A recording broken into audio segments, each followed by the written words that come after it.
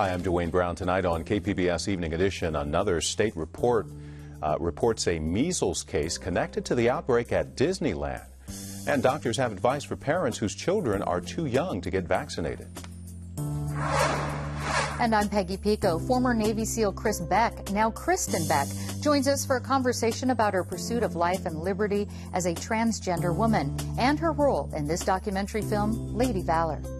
We were brothers, but I never saw a girly in them. I like your outfit. I think I got this out from you. This is my new armor.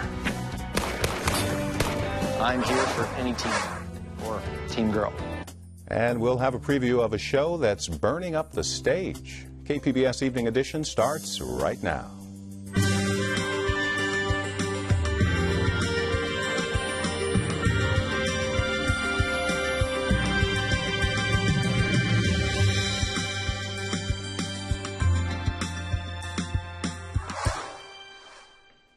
Hi, good evening. Thanks for joining us. The measles outbreak at Disneyland may have spread to yet another state. Michigan is the latest to report a measles patient. It's also spread to Colorado, Utah, Washington, and Oregon, and there's one patient in Mexico. Many of the patients were not vaccinated, sometimes because they're not old enough. Doctors say parents of unvaccinated infants must use common sense. Stay away from crowds. If you do travel, you try to stay away from people, and you can protect your child to a certain extent, realizing that anytime you go anywhere, there's a certain risk of exposure, and you accept that.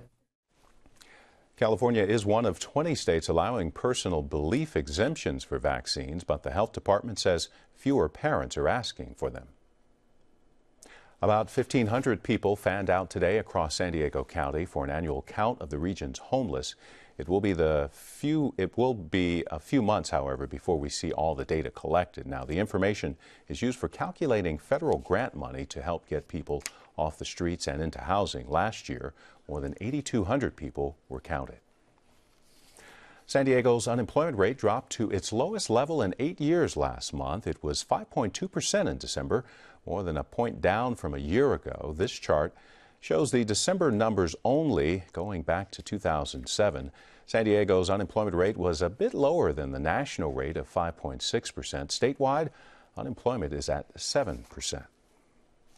Doctors will walk picket lines next week at UC San Diego and 9 other University of California schools. These doctors work at the school's student health centers. They've been trying to get their first contract for a year. They say the UC is bargaining unfairly. The walkout is planned for Tuesday. It does not affect UC hospitals. The doctors' union says its members haven't gone on strike in 43 years. Governor Jerry Brown says the state is slowly achieving its goal to cut prison overcrowding, but more still needs to be done. The state's now 3 years into realignment, shifting low-level inmates from state prisons to county jails. Today, Brown told a law enforcement conference lower crime rates prove realignment works. People do not want to get hit over the head. They don't want their car stolen or their house broken into. So we have to do something, but we ought to do it smart. Critics say realignment is moving the state's overcrowding problem to county jails. A San Diego judge has unsealed search warrants tonight connected to the disappearance of a Fallbrook family in 2010. The bodies of the McStay family were found in the Mojave Desert in 2013. A business associate of Joseph McStay is charged with the killings. The warrants offer more detail about what sheriff's deputies found in the McStay home after they disappeared. There's a $2,000 reward out tonight to find whoever planted razor blades in the grass at a park in Mission Bay. 7 blades were found at Bonita Cove on Sunday and Monday. Police say they found blades there before at least 6 times in the past 18 months. The reward is being offered by the Mission Beach Women's Club. It's a tough night for folks on Shelter Island. There's no water. A 12-inch water main broke this morning, cutting off service. Restaurants in the area had to close down. The city's public utilities department says the water might not be on again until about 10 tonight. After more than 2 successful years, the county's turf replacement rebate program has run out of money. The ongoing drought has forced mandatory water restrictions statewide. Outdoor conservation is a major focus for saving water because nearly half the water used in a typical home is for landscaping. Jeff Stevenson with the County Water Authority says demand for its turf replacement program swelled last year when drought conditions worsened. By the time we're done going through the grant funding, it'll be about 1,000 homes and businesses combined. And the idea is that the more people do this, the more it'll spread throughout the county. People will see their neighbors do it, businesses will see other businesses do it, and see that the landscapes they can put in will not only save water, but they'll look great. County Water Authority replaced its campus lawn with turf in 2007, saving 250,000 gallons of water a year. There are many other rebate programs available to help reduce water use, including high-efficiency toilets, clothes washers, and rain barrels. You can find more information online at watersmart.org. A new study finds people living in some rural parts of California are drinking soda to avoid dirty tap water. Researchers focused on farming communities near Fresno. They found the tap water there was contaminated with bacteria and chemicals, including arsenic.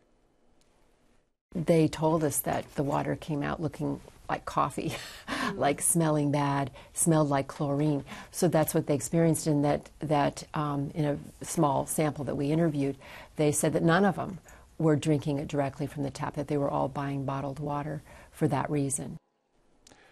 Researchers also say even when there is clean water in small towns, people often believe it's contaminated and still choose soda to drink. Children who drink soda instead of water are more likely to be obese or get diabetes. The state is losing as much as $200 million a year to the illegal cigarette market. Smugglers are said to make money by buying cigarettes from states with low taxes and then selling them here underground without paying California's higher tobacco tax. When somebody isn't paying their proper amount of tax, it's not fair to somebody else who is doing their business in a fair way. If some store is buying products illegally and selling it and making more money, that puts the other store down the street at a disadvantage. And that's not right and that's not fair. Tobacco tax money pays for cancer research and other state programs. People caught smuggling could be sentenced to criminal tax evasion charges. They can be sentenced to jail, fined, and required to pay the taxes on the cigarettes they sold.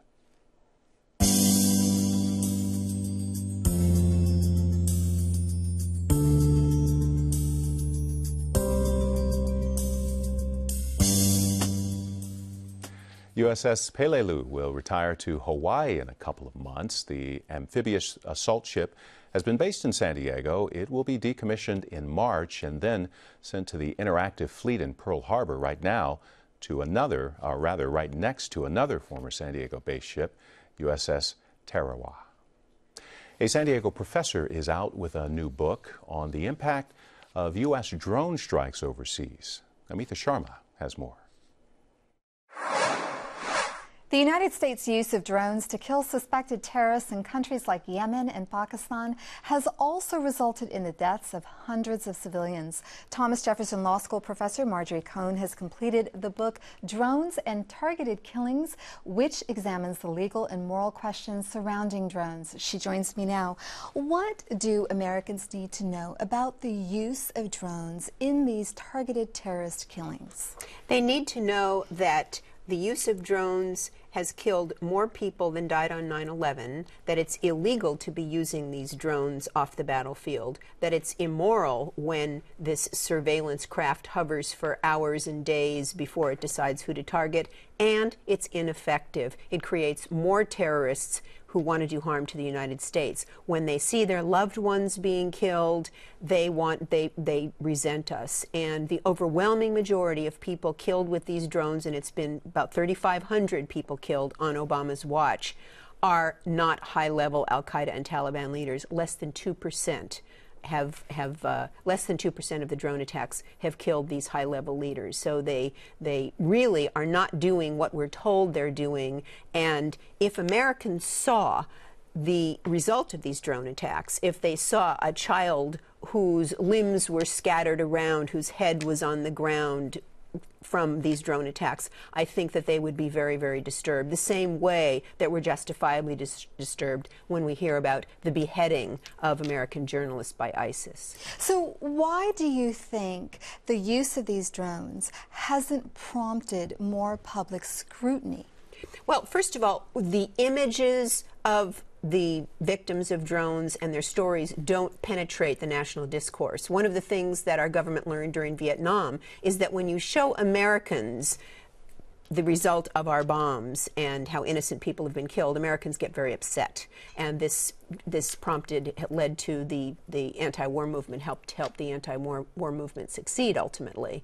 And so we don't hear the stories. We don't see the images. We see a little article in the newspaper that says 6 militants were killed in a drone attack in Pakistan. We don't know who militants are. And in fact, the Obama administration carries out what are called signature strikes, where they don't even know who's being killed. It's just all people who are in an area of suspicious activity. Just take them out, assassinate them, illegal and very counterproductive. Well, so U.S. officials say, look, drones are unmanned, and so American military officials are not being killed. It's not taking American military lives. The strikes, they say, have helped stop terrorist attacks in this country. Does that not justify their use? Well, first of all, to say, and I think that's why Obama likes drones, because Americans don't get killed. It creates, it feeds into this whole idea of American exceptionalism, that we're better than everyone else.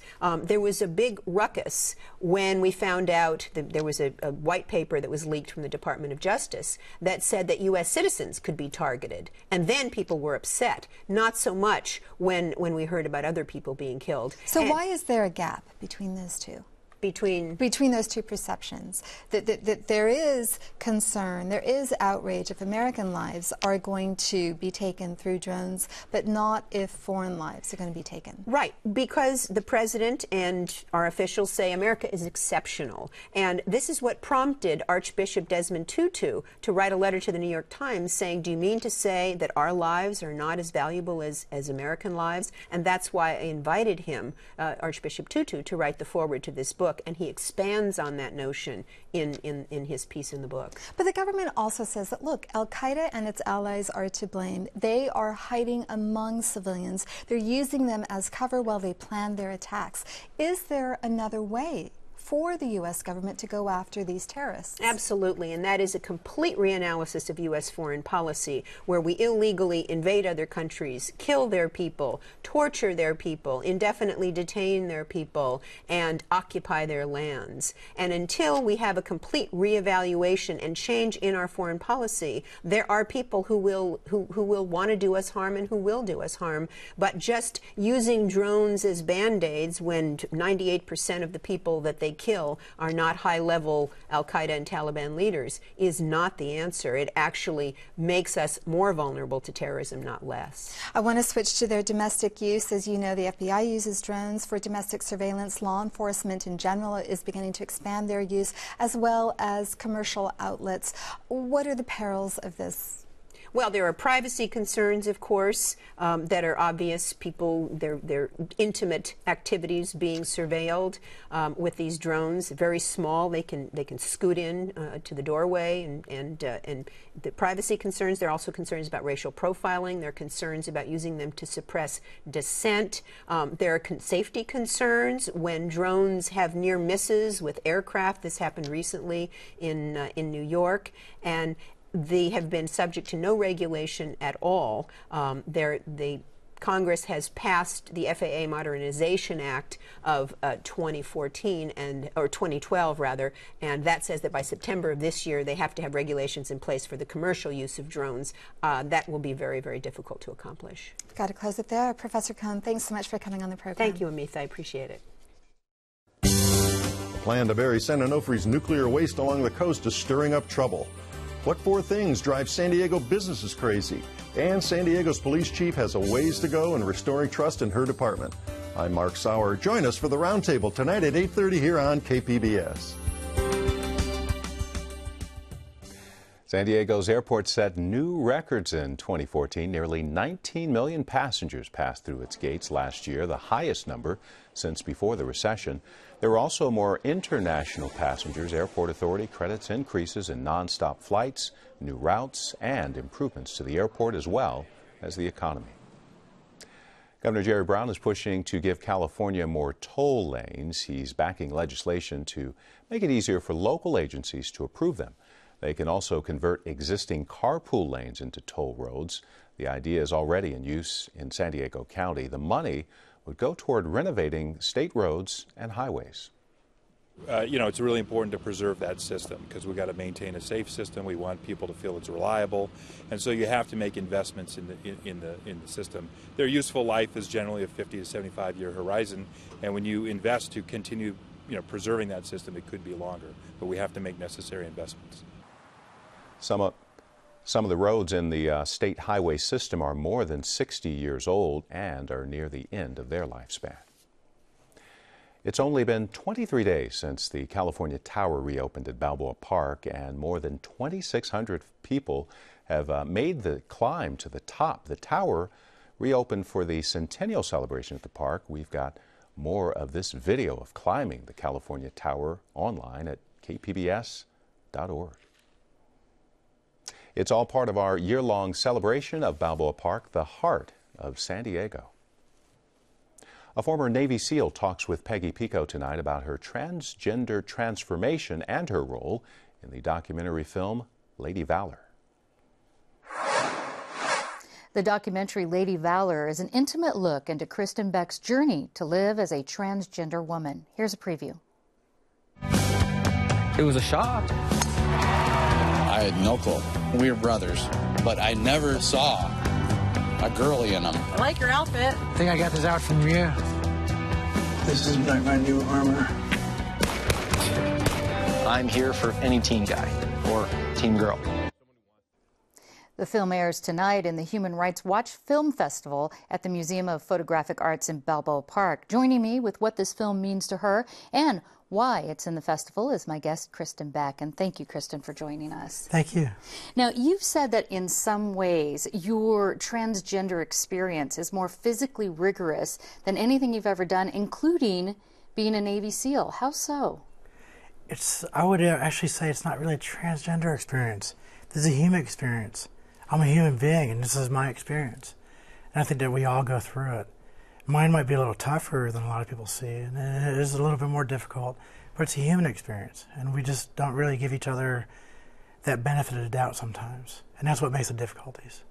You came out in 2013. Why did you want to tell your story? I've always known this since I was in grade school, and so I've always been struggling with this.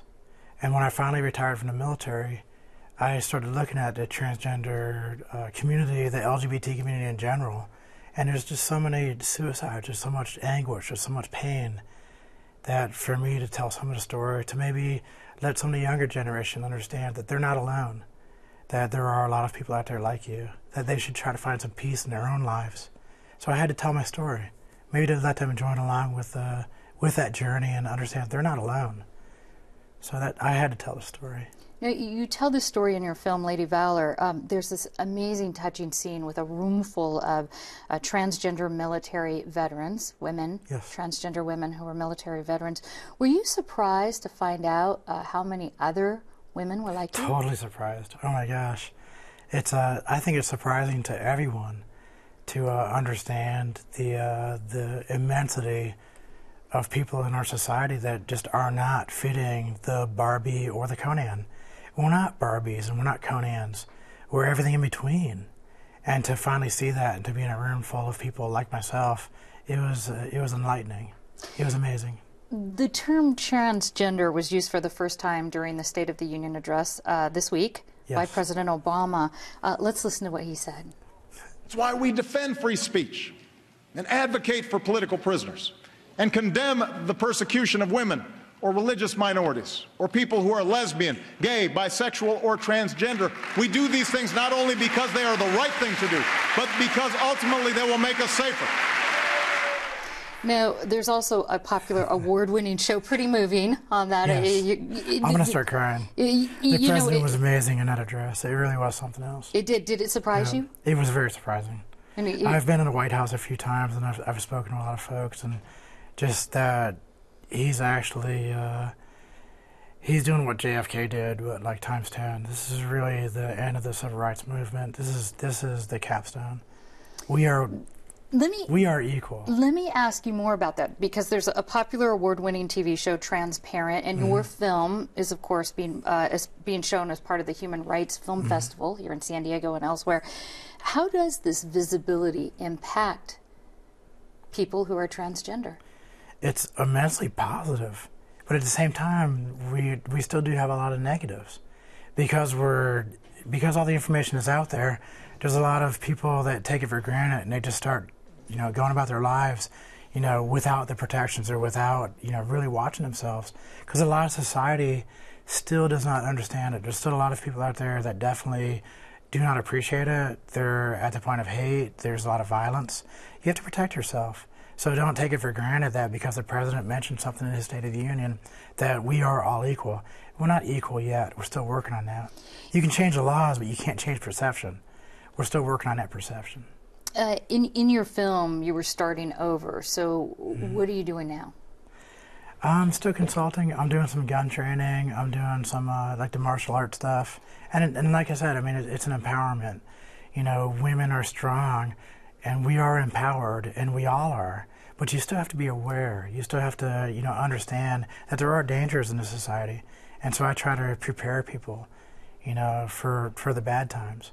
So just doing some training and trying to do best I can. All right, Kristen Beck, thank you so much for joining us and for talking with us about this. Thank you very much. Thanks.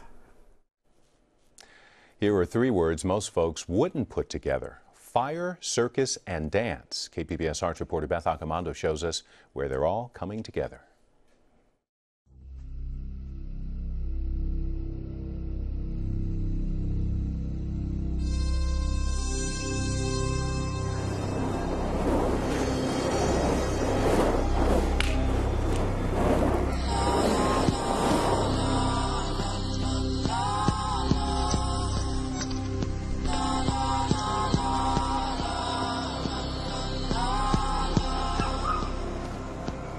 I'm Anna, and I am doing a new show.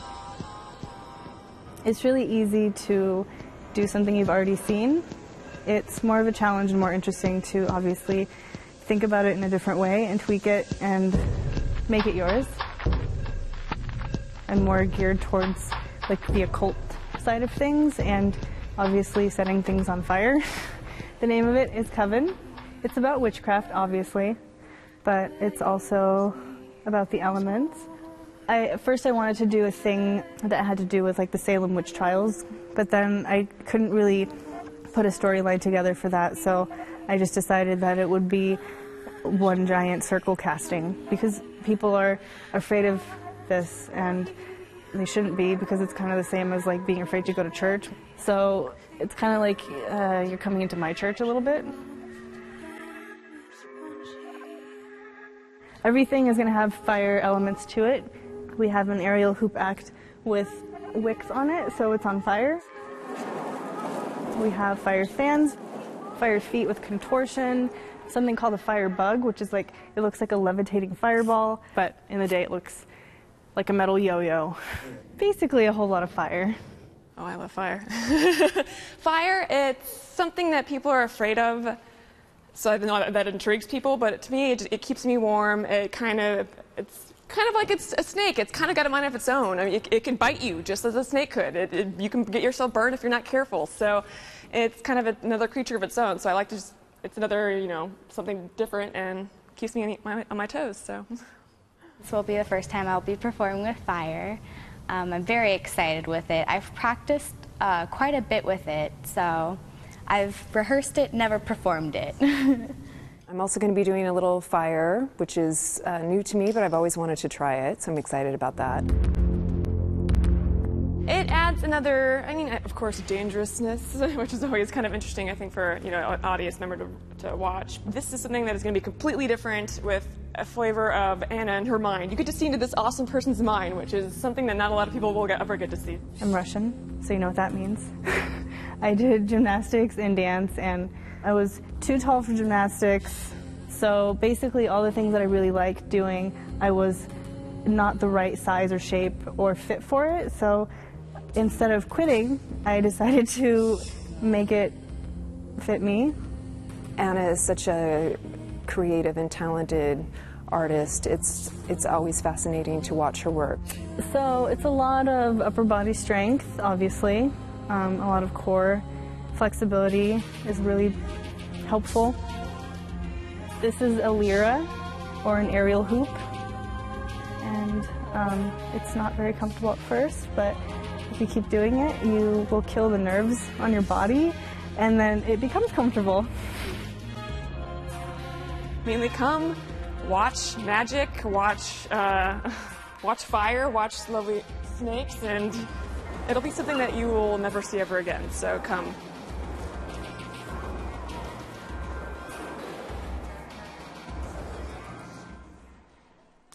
We're looking at strong winds and warmer weather for the weekend. There's a high surf advisory up until tomorrow. Coastal temperatures in the 70s. As for the inland valleys, that high wind warning up as well tonight through Sunday morning. Mountain areas will also have a high wind warning through the weekend. Desert looking at sunshine, a little cooler on Monday. Tonight's stories are online at kpbs.org/evening edition. Thanks for joining us. Have a great weekend.